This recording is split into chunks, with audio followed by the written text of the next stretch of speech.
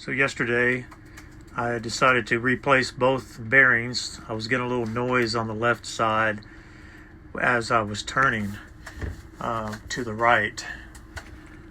So I went ahead and just pulled the axles and popped out both of the axle bearings and seals, put some new ones in. Noticed that the axles had a little wear on them.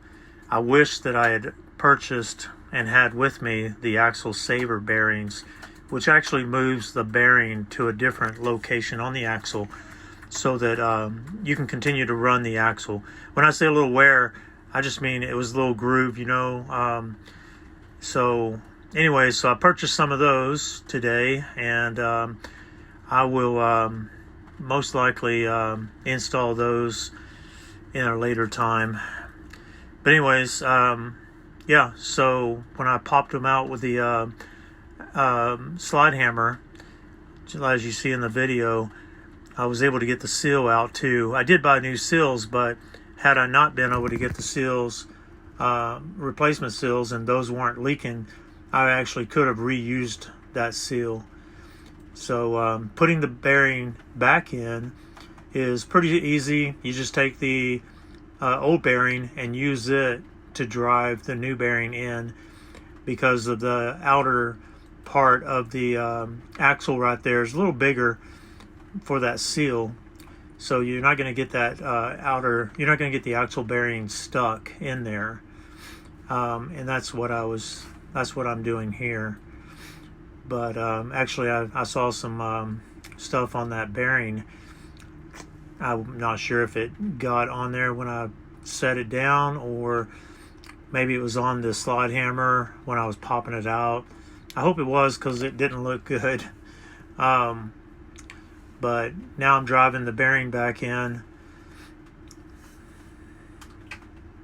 Just like that. Tap it up top and bottom. Tap it side to side till you get the bearing all the way back in. And then you'll do the same thing with the seal and just tap it in. Once you get that done, then you're going to put the axle in and install the C-clips on the inside.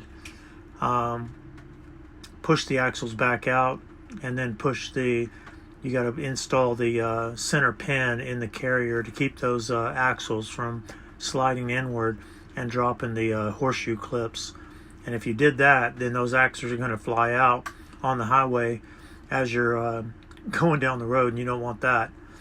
So of course, once I got that done, I put the pan back on, and then on these Eaton Posi-Track rear ends, you got to make sure that you put some additive in the differential. And I like to do that before I put the fluid in, just so that I'll have enough room. I won't accidentally overfill with fluid and then not have enough room to put my additive. So this one took right about 1 3/4 of a quart plus the additive to fill up. And what you do is just fill the side of the differential until it starts to run out, and then put the seal back, or put the plug back in. Anyways, that's what I was doing. And yeah, so this was more of some preventative that I also was doing. I mean, even though I heard a noise, it wasn't a constant, but it was enough for me to open it up and go ahead and pop those bearings and seals out and replace them.